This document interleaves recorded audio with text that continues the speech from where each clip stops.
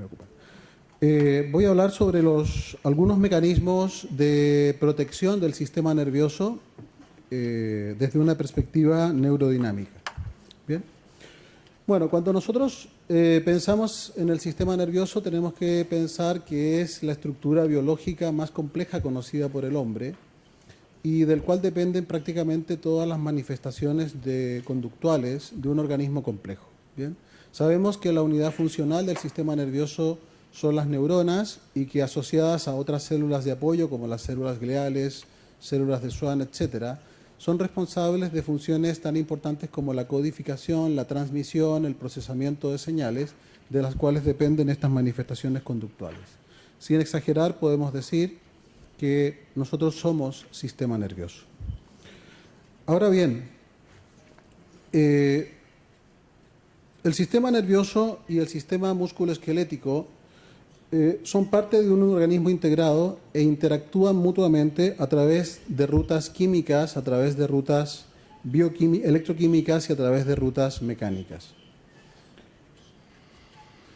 Cuando nosotros pensamos en el movimiento del aparato locomotor, resulta inevitable que el movimiento del aparato locomotor o la adopción de diferentes posturas no llegue a estimular mecánicamente al sistema nervioso. Desde un simple movimiento de una articulación interfalángica, solicita cambios como la deformación, la tensión, la compresión del sistema nervioso implicado en ese movimiento. Ahora, uno de los conceptos más unificadores en el estudio de la anatomía y de la fisiología es la interacción entre la estructura y la función. Y de eso es lo que vamos a hablar de aquí en adelante. El sistema nervioso, a pesar de desempeñar una función que biológicamente podemos considerar que ocupa un lugar hegemónico, es un tejido frágil, es un tejido mecánicamente vulnerable, es un tejido que tiene poca tolerancia al estrés físico, al estrés mecánico, al estrés isquémico, etc. Para el normal desarrollo de sus funciones, para mantener su integridad estructural, el sistema nervioso requiere de mecanismos físicos y de funciones que le protejan. Una de las estructuras responsables de la protección del sistema nervioso es el sistema conectivo que está rodeándole a lo largo de toda su extensión y que forma una parte constituyente de los nervios. Por supuesto, el neurocráneo y el estuche osteofibroso que llamamos canal raquídeo también forma parte de estas estructuras neuroprotectoras. Las estructuras neuroprotectoras acompañan al sistema nervioso en toda su extensión, es decir, le acompañan desde el neurocráneo, desde el canal raquídeo, hasta que alcanzan sus dianas. Es decir, al igual que el sistema nervioso, presentan una continuidad sin ningún tipo de interrupción. Y podemos considerar que el sistema nervioso forma parte de aquella estructura laquinerva y que las estructuras responsables de la protección directa del sistema están integradas y también debemos extenderlas en este concepto de continuidad hacia sus dianas. Estas estructuras neuroprotectoras junto al sistema nervioso mantienen con el aparato locomotor una relación dinámica de continente-contenido. Es decir, el sistema nervioso se adapta de manera pasiva a las demandas mecánicas que le imponen los cambios de forma y de dimensión de su continente, que no es otra cosa que el aparato locomotor. Además, estas estructuras neuroprotectoras cuentan con capacidad sensitiva, gracias a que cuentan con inervación tipo somática de la que acabáis de oír hablar, en las cuales se incluye la presencia de nociceptores polimodales que en su mayor parte son peptidérgicos. Se incluye también la presencia de receptores encapsulados que transmiten información por fibra beta y por tanto podemos decir que las funciones sensitivas de las estructuras neuroprotectoras son sensibles a un rango amplio de estímulos que van desde estímulos amenazantes, siendo fuente de nocicepción, y también fuente de sensaciones corporales que finalmente se traducen en algo así como sensaciones de estiramiento, de movimiento, etc.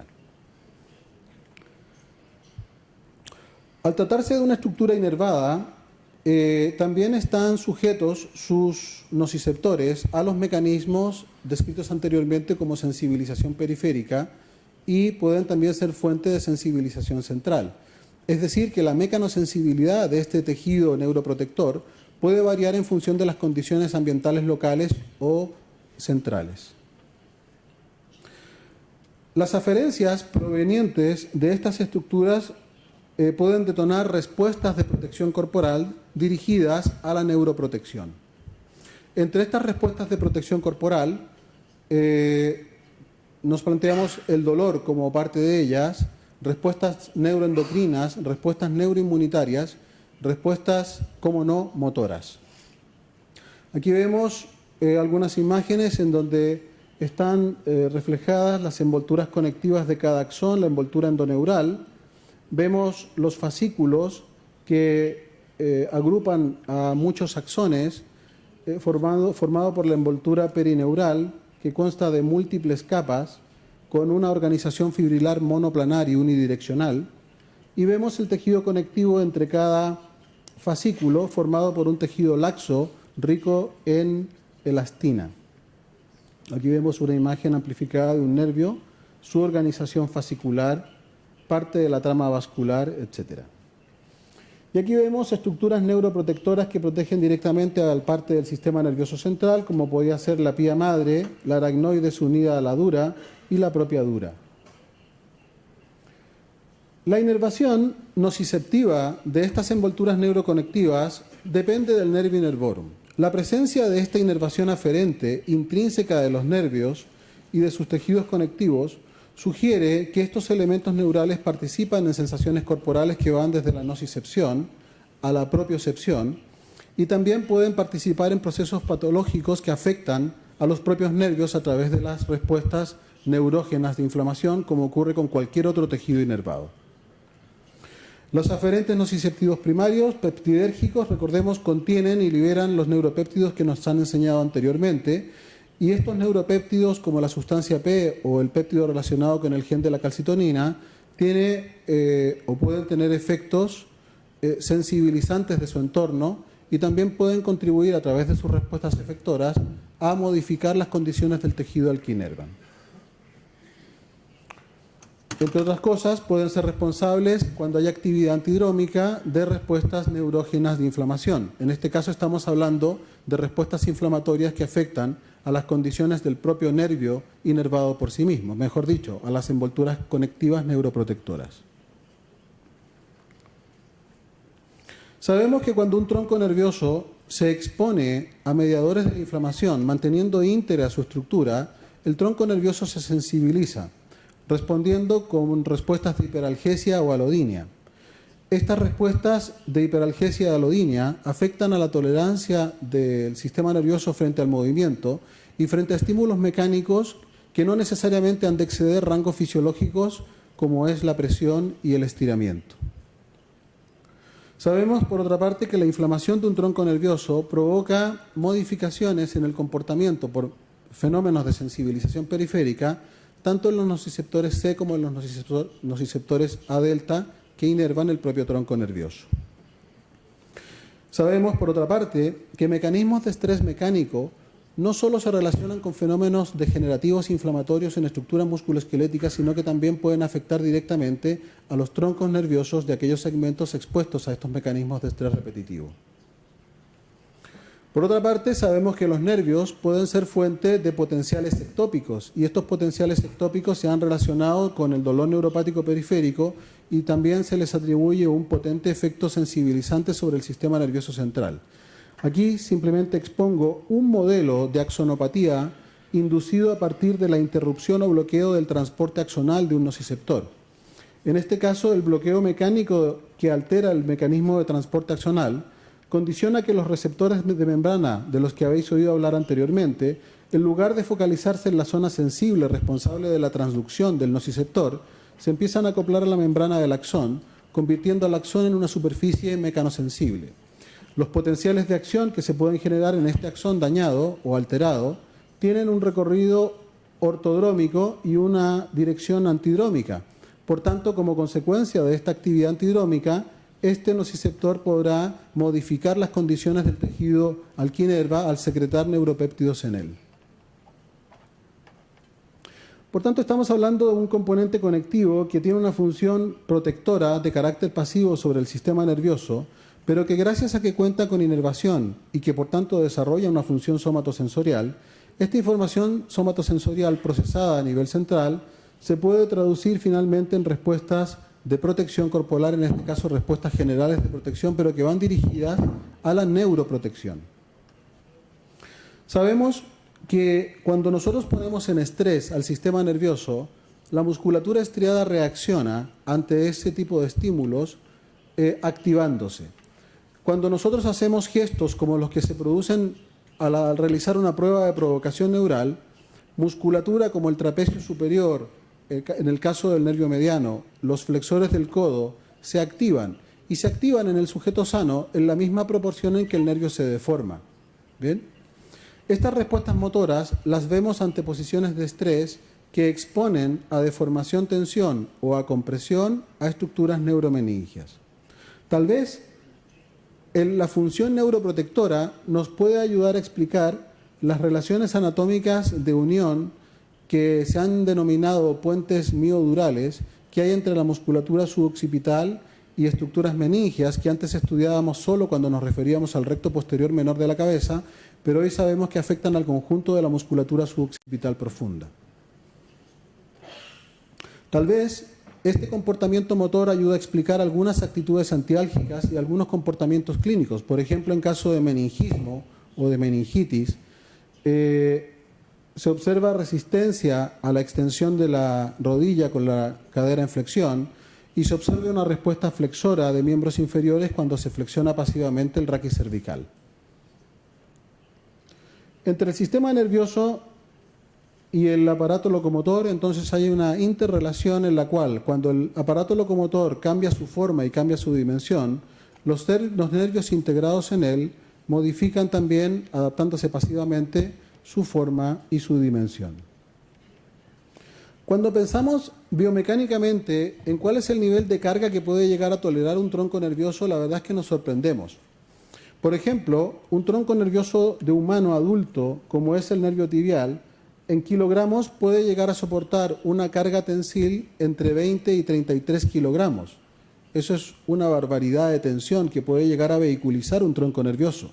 Si pensamos en un nervio cubital humano, puede llegar a soportar hasta 14 kilos de carga.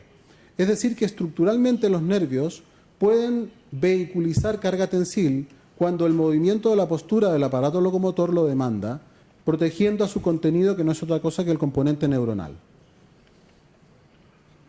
Cuando estudiamos el rango de deformación de un nervio, sabemos que el rango elástico de deformación de un nervio, sin contemplar la variable tiempo de deformación, oscila más o menos entre un 10 y un 15%. Y si se supera este rango y alcanzamos un rango entre el 15 y el 20%, entramos en el límite de ruptura. Ahora, curiosamente, las envolturas conectivas que conforman un tronco nervioso, cuando se deforman a través de un mecanismo de tensión, no se reclutan de forma simultánea. La envoltura epineural, que es la más elástica de todas, es la primera estructura que se deforma, pudiendo mantener la holgura, el componente fascicular del nervio y el contenido de este componente fascicular, que no es otra cosa que el axón. Cuando aumenta la carga tensil, ya se deforma el fascículo del tronco nervioso, pudiendo mantener la holgura del axón en su interior. Y si aumenta el grado de tensión, ya se recluta la deformación del axón. Y si aumentamos aún más la tensión, la primera estructura que colapsa y entra en rango plástico de deformación es el axón. Ahora, también es importante tener en cuenta que la irrigación del nervio, cuando se deforma a través de mecanismos de tensión, se altera. Sabemos que un nervio deformado en torno a un 8% de su longitud de reposo interrumpe completamente la microcirculación venosa y que cuando esta deformación se acerca al 15%, la microcirculación arteriovenosa se ve interrumpida. Las funciones axonales que más energía demandan son la repolarización de la membrana y el transporte axonal. Por tanto, la isquemia asociada a mecanismos de deformación-tensión podría tener repercusiones en el nervio que en función del tiempo en que se aplique pueden ser mayores o pueden ser menores. Ahora, Es importante destacar el carácter continuo de las estructuras neuroprotectoras. Pongo esta imagen simplemente para representar la continuidad que hay entre las envolturas durales, perirradiculares y el componente conectivo del nervio periférico. Forman parte de una misma estructura y son, elementos protectores continuos capaces de vehiculizar carga tensible y tensión recíproca. El sistema nervioso, a lo largo de toda su extensión, hasta que alcanza su tejido diana, se encuentra hasta cierto punto estabilizado con relación a lo que le rodea. Esto quiere decir que, aunque reconozcamos que existe un plano libre de deslizamiento entre el sistema nervioso y aquello que le rodea, esta libertad de movimientos está contenida por la presencia de estos medios de unión entre el sistema y el aparato locomotor. Aquí vemos, por ejemplo, en un nervio de cordero, la relación macroscópica que podemos observar entre el sistema nervioso y la musculatura inervada por ese nervio. Los nervios, el conectivo del nervio termina confundiéndose con el conectivo del músculo, tanto en la macroestructura como en la microestructura, de tal manera de que el estrés en el nervio modifica la condición del tejido al que inerva y la transmite hacia él, y el estrés del tejido inervado también puede vehiculizarse hacia el nervio. Cuando nosotros, por ejemplo, aplicamos una tracción sobre el nervio, la tracción sobre el nervio arrastra a sus dianas, ¿bien? Vehiculizándose la tensión que aplicamos sobre el nervio en las dianas inervadas por el nervio, sean vasculares, musculares, cutáneas, etc. Aquí vemos otro ejemplo del efecto de tracción que tiene un nervio sobre sus dianas y la relación que mantiene el nervio con aponeurosis o planos conectivos faciales asociados a las dianas. Fijaros cómo la tracción del nervio arrastra a todo el tejido que inerva y esto se puede ver en ambas direcciones. Bien, cuando nosotros, por ejemplo, hacemos un estiramiento de la musculatura antebraquial flexora, con ello arrastramos a las ramas motoras que inervan estos músculos por parte del mediano y del cubital. Un mecanismo adaptativo muy importante que se produce entre el sistema nervioso y su continente cuando se observa en relación a las articulaciones en movimiento es un mecanismo definido como movimiento de convergencia. Cuando nosotros hacemos un movimiento angular con dos segmentos móviles, el lecho neural que rodea un nervio diverge del eje rotacional del movimiento. El nervio que pasa a lo largo de esa articulación no se deforma tanto como su lecho, gracias a que hay un plano libre de deslizamiento entre el nervio y él, evitándose así el exceso de estrés isquémico, el exceso de estrés tensil y el exceso de estrés compresivo que puede inducir en el nervio el movimiento de una articulación. Aquí vemos, por ejemplo, el efecto que tiene un movimiento de la muñeca y los dedos del nervio mediano cuando la muñeca se extiende observando al nervio mediano a lo largo de su recorrido braquial. Fijaros cómo en una posición de flexión de unos 10 grados del codo, la extensión de muñeca y dedos sobre todo genera deformación, tensión y deslizamiento en la estructura neural y en un menor grado en las estructuras mioponeuróticas adyacentes. Ahora, en la misma posición del sujeto, está realizando, fijaros, lateroflexión del raquis cervical hacia el lado contrario. Y vemos como la lateroflexión, estando el hombro estable, lo que genera sobre todo es un mecanismo de tensión, deformación y deslizamiento del nervio, mucho más acentuado que las estructuras mioponeuróticas circundantes de forma inmediata.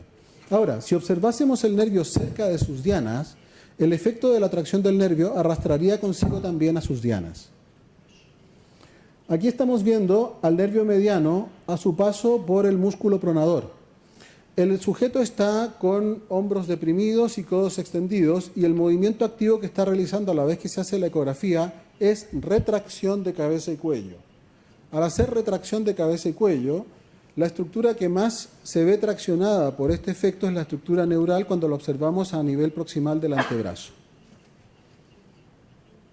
Aquí vemos cómo el nervio mediano en la muñeca se adapta a los movimientos que le impone la contracción de los músculos flexores de dedos. Bien. Ahora, estos movimientos de convergencia que son muy importantes para proteger al sistema nervioso de un exceso de estrés, también se observan en la médula espinal con respecto al raquis, cuando el raquis realiza movimientos que alteren la dimensión longitudinal del canal. Por ejemplo, se han descrito movimientos de convergencia de la médula espinal hacia el nivel C6 cuando la columna cervical se flexiona. Esto significa que cuando flexionamos la columna, la médula espinal que está por encima de C6 tiende a deformarse, a tensarse y a deslizarse hacia caudal. Lo interesante de este fenómeno es que no se limita solo a la médula cervical, sino que también tiende a arrastrar consigo al tallo del encéfalo, de tal manera de que la flexión cervical tiende a desplazar, aunque sea en magnitudes pequeñas, al bulbo raquídeo y la protuberancia anular hacia caudal. Esto nos permite pensar que los movimientos, por ejemplo, de protracción de cabeza y cuello, al disminuir la dimensión longitudinal del canal comparado con una posición neutra, son movimientos que tienden a disminuir el grado de estrés del sistema nervioso. Esto podría afectar al grado de estrés que padece la médula espinal, los nervios periféricos espinales, y al desplazarse hacia caudal y modificarse la posición relativa del tronco del encéfalo, puede también suponer un grado de estrés para los propios pares craneales. Fijaros la posición que mantiene la protuberancia en relación al clivus cuando un sujeto está en posición neutra de cabeza y cuello, y fijaros lo que ocurre con la posición relativa cuando hacemos una flexión cráneo-cervical asociada a flexión cervical. Todo el sistema se tensa, la protuberancia y el bulbo tienden a desplazarse hacia caudal, la cara anterior de la médula espinal tiende a ceñirse contra los puntos de inflexión en la flexión, etc. Esto podría explicar el por qué hay movimientos que afectan a estructuras inervadas por pares craneales que nos resulta más difícil de mover, nos supone mayor esfuerzo o tenemos menos rango disponible en estructuras móviles de la cabeza cuando intentamos hacer estos movimientos bajo condiciones de estrés neuromeningio. Pares craneales como el espinal accesorio, el vago, el glosofaringio, el facial, el auditivo, el abducen, etc., pueden verse alterados mecánicamente en función de la postura que adoptemos. Aquí vemos, por ejemplo, cómo disminuyen la holgura relativa pares craneales como el vago y el espinal accesorio y el glosofaringio cuando lo comparamos en una posición de extensión con una posición de flexión. Tal vez esto nos ayude a explicar por qué la dificultad de un sujeto para realizar un movimiento como es la depresión de la mandíbula, estando en una posición de estrés neuromeningio, le resulta mucho más difícil. O por qué la necesidad de reclutar más al trapecio superior cada vez que estamos en estas posiciones de estrés. ¿De qué hablamos, por tanto? ¿De estrés mioaponeurótico, de estrés neuromeningio o de una combinación de todo esto? El estrés postural que supone la adopción de este tipo de posiciones supone una importante demanda de deformación-tensión de estructuras mioaponeuróticas, lo cual estáis acostumbrados a analizar. Pero también supone una importante demanda de deformación y estrés de estructuras neuromeningias. Si pensamos en la importancia que tiene la protección del sistema nervioso, tal vez las retracciones, las adaptaciones de la postura, el comportamiento de los músculos también sea importante analizarlo desde una perspectiva neurodinámica. En fin, simplemente concluí que cada vez que hacemos un análisis de la postura o un análisis del movimiento, tenemos que incluir en nuestro marco conceptual que nos ayude a explicar el fenómeno del movimiento, la dificultad, etcétera, también en términos de cuál es el impacto o el efecto que el movimiento y la postura pueden tener sobre el sistema nervioso. El valor biológico de las funciones del sistema nervioso ocupa un rango hegemónico. La interacción que el sistema nervioso mantiene con el aparato locomotor exige que el sistema nervioso cuente con la dotación de competencias biomecánicas eficaces que le permitan adaptarse a las demandas que le impone el movimiento y la postura en el aparato locomotor. Las competencias mecánicas por sí solas son insuficientes para garantizar la integridad estructural y funcional del sistema nervioso. Por tanto, las estructuras responsables de su protección directa han de contar con funciones, como por ejemplo las funciones somatosensoriales, que permiten que la exposición a condiciones de amenaza en el sistema nervioso provoquen reacciones de protección corporal relacionadas con el dolor, relacionados con la dificultad para el movimiento y relacionados con cambios en el comportamiento muscular. Las estructuras conectivas neuroprotectoras que rodean y acompañan al sistema nervioso en toda su extensión desempeñan esta función. Muchísimas gracias por vuestra atención.